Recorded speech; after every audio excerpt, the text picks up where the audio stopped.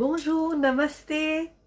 Alors aujourd'hui c'est un très grand jour pour moi parce que j'ai atteint 10 000 abonnés. Alors c'est vrai que dans certains pays on a atteint très vite 10 000 abonnés, mais en France une chaîne indienne tenue par une indienne, c'est difficile parce qu'on n'a pas autant de monde qui aime suivre les recettes indiennes. Donc pour moi c'est très important parce que j'ai su transmettre ma passion à 10 000 personnes qui m'ont donné leur confiance et qui ont voulu s'abonner à ma chaîne. Donc je vous en remercie vraiment, je vous dis namasté pour ça. Et du coup aujourd'hui je vais partager avec vous une recette secrète familiale du chicken korma. C'est la star des recettes. C'est une recette que chaque famille a différente, mais qui veut quand même dire le korma. Donc aujourd'hui, je vais vous vraiment partager celle qu'on fait dans ma famille, une recette traditionnelle de chicken korma, inratable. Vous allez vous régaler et vous allez ressentir ma gratitude envers vous à travers cette recette. Alors à tout de suite pour la recette familiale de chicken korma. Alors en premier pour les ingrédients, ils sont nombreux parce que le korma ce n'est pas un plat facile à faire à premier abord, mais vous allez voir qu'une fois que vous avez compris le technique de korma, vous allez le reproduire à plusieurs autres. Vous pouvez faire un korma de légumes, un korma d'agneau, différentes kormas, mais celle qui est le plus courant, c'est le chicken korma. Donc la base de cette recette, c'est les oignons frits et la crème de cajou. Ça, c'est vraiment les deux choses principaux de cette recette. Et je vais vous donner des ingrédients pour la recette est pour 3 à 4 personnes. Donc en premier, j'ai pris un poulet que j'ai coupé en petits morceaux. Donc c'est un petit poulet pour 3 personnes. Alors dedans, il y a les pilons, il y a les morceaux de... J'ai enlevé un petit peu les épaules et les ailes. J'ai laissé le blanc de poulet et les pilons. Il y a de quoi faire, hein, donc à peu près 600 grammes là. Voilà, de poulet. Sur ce poulet, j'ai mis une cuillère à café de curcuma et de piment rouge. Donc j'ai pris un paprika pour la couleur et j'ai mariné mon poulet pendant une petite heure avec ça. Après, pour cette recette, il me faut 2 oignons. Il me faut une cuillère à soupe. Donc moi j'ai une petite cuillère à soupe. Mais c'est pas une cuillère à café, c'est un peu plus grand. D'ail et de gingembre en pâte sans morceaux. Il me faut un bouquet de coriandre. Il me faut ici une vingtaine de noix de cajou et une grosse cuillère à soupe de noix de coco séchées. 2 cuillères à soupe de yaourt grec parce que je ne veux pas de yaourt trop liquide. Huile et sel. Une cuillère à soupe de farine de pois chiche. Vous pouvez utiliser aussi de la maïzena. C'est pour lier la sauce et pour que le yaourt ne caille pas dans les épices. Ensuite, de l'huile pour frire mes oignons, mais après je vais utiliser cette huile pour la cuisson. En épices, il me faut curcuma, piment rouge ou paprika si vous ne voulez pas que ça pique, garam masala, coriandre en poudre et cumin en grains. Voilà, je sais, il faut pas mal d'épices, mais vous allez voir que ça en vaut vraiment la chandelle. Allez, on va maintenant passer à la recette. À tout de suite. Alors ici, j'ai chauffé de l'huile et dans cette huile, j'ai coupé en lamelles mes oignons que je vais séparer et je vais les mettre dans cette huile. Mais cette huile n'est pas brûlante parce que je ne veux pas que mes oignons grillent au point de brûler. Je voudrais qu'ils deviennent dorés et croustillants. Donc le secret de ça, c'est comme les samosas, c'est d'aller tout doucement. C'est-à-dire que on laisse cuire les oignons tout doucement dans l'huile jusqu'à ce qu'ils sèchent complètement, que leur eau s'évapore et qu'on obtienne des oignons croustillantes. Donc on va laisser nos oignons cuire là. Et ici, j'ai fait chauffer un fond d'huile dans laquelle je vais mettre mes noix de cajou.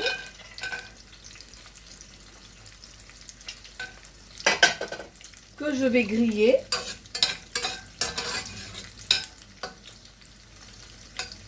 Voilà, et quand ils seront dorés, je vais mettre ma noix de cajou, mon noix de coco dedans, pour que tous les deux ils soient bien grillés avant de les enlever pour commencer à faire donc la recette du cornet. Donc ça, c'est les deux préparatifs qu'il faut faire avant de commencer.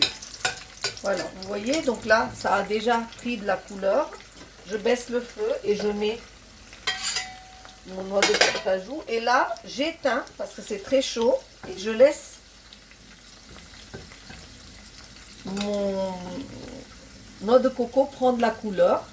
Ensuite, j'enlève les deux. Tout de suite. Et vous allez voir qu'au fond, vous avez votre noix de coco qui peut rester. Parce que éventuellement, je vais pouvoir cuire dans cette huile mon poulet. Voilà, vous enlevez ce que vous pouvez. Et tout le reste, vous laissez, ne vous inquiétez pas. Maintenant, dans cette huile, je vais mettre le poulet.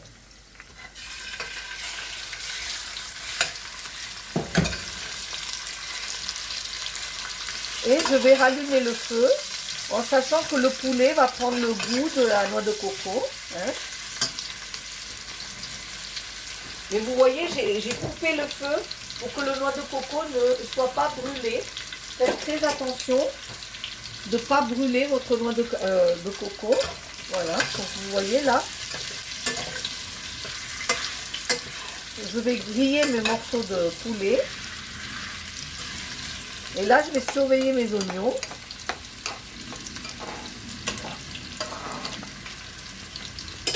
Ici, là, je vais mettre sur mon poulet du garam masala. Donc, je vous mettrai bien sûr les quantités.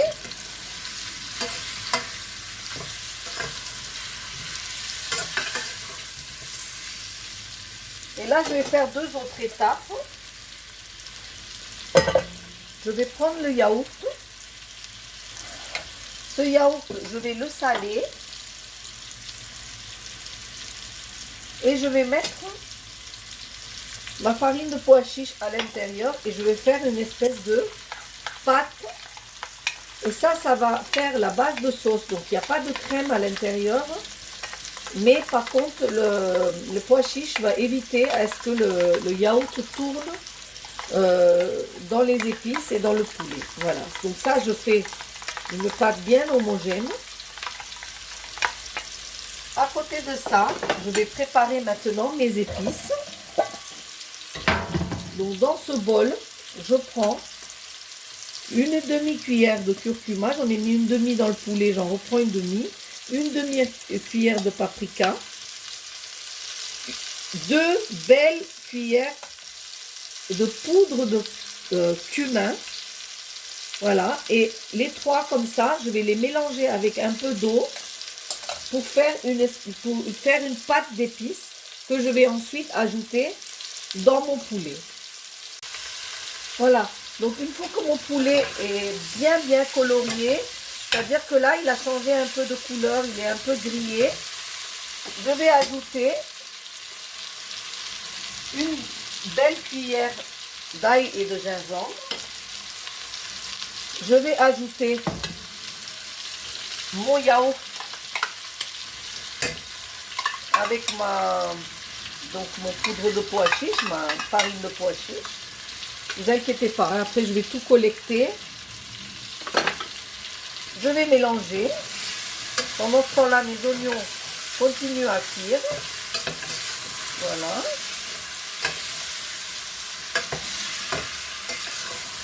Et une fois que j'ai vraiment tout mélangé, je vais mettre ma pâte d'épices. Je ne sais pas si... Je vais approcher. Voilà. Je vais mettre ma pâte d'épices par-dessus. Et je vais mélanger le tout.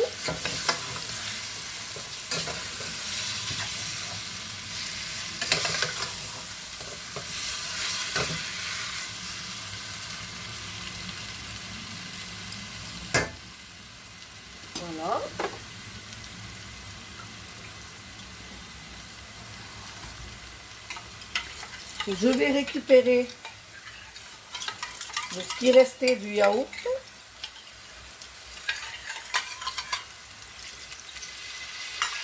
Que je vais mettre dans mon poulet. Et aussi ce qui reste de ma pâte d'épices.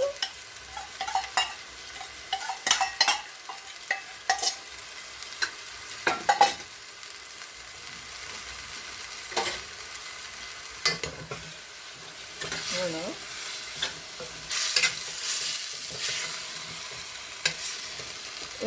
Et là, je vais baisser le feu et je vais laisser mijoter ce poulet une dizaine de minutes. Je vous retrouve dans 10 minutes pour le suite de la recette. Donc vous voyez là, mes oignons ont tranquillement cuisiné. Donc je vais les enlever complètement. Je vais égoutter l'huile. Je vais les enlever dans un plat.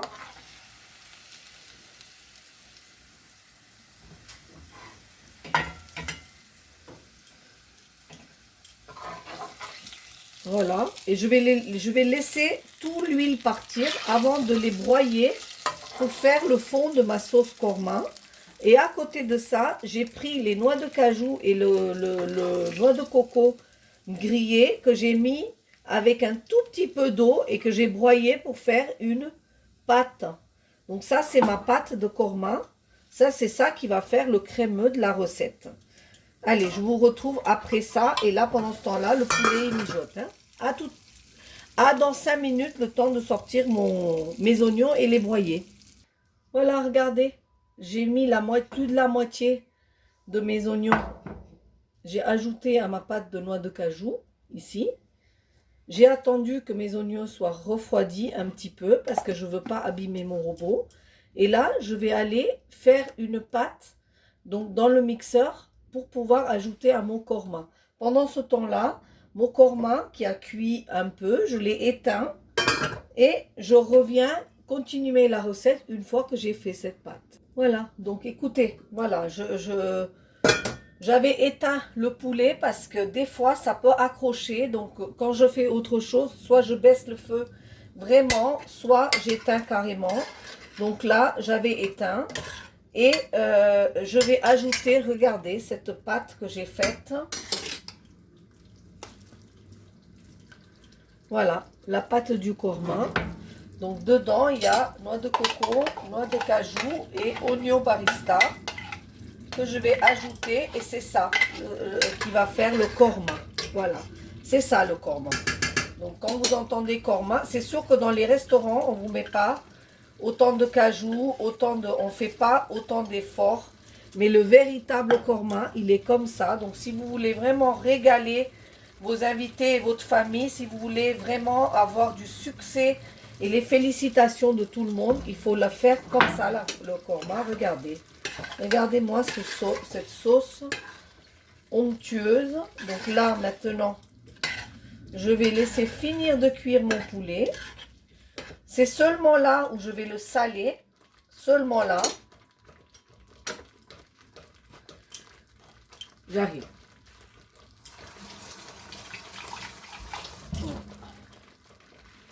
Donc, voilà, vous voyez ça.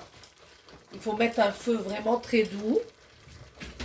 Et il faut saler votre poulet.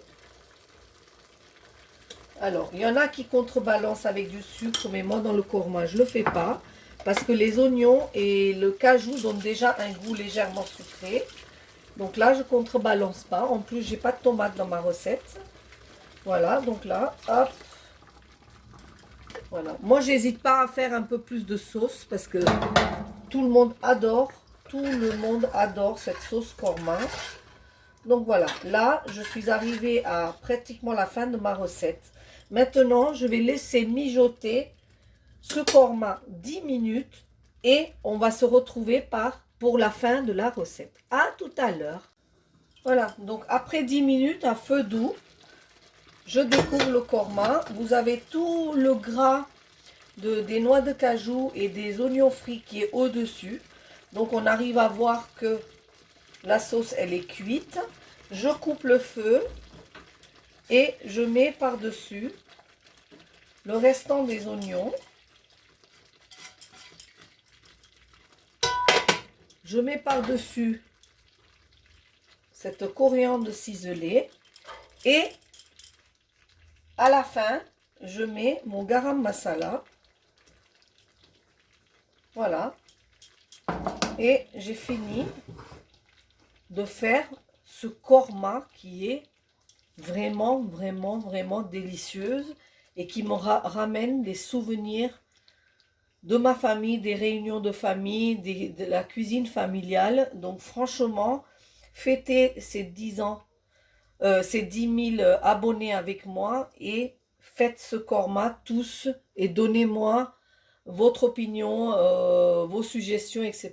là-dessus. Là, tout de suite, maintenant, je vous retrouve pour la fin de la recette. Et voilà. Voilà, regardez ce korma de poulet. Regardez ça. Je l'ai servi avec un biryani. C'est un riz aux légumes et aux fruits secs. Je peux vous mettre le lien de ce biryani. Je vous mettrai aussi le lien du garam masala. Vous en aurez besoin pour cette recette.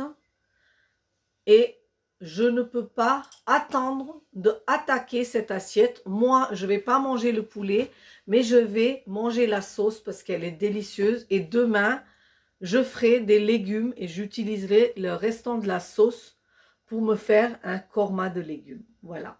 Donc écoutez, merci beaucoup. N'oubliez pas de partager, de liker et de vous abonner à ma chaîne, Les Recettes Indiennes de Shona. En attendant, je vous dis merci beaucoup. Namaste.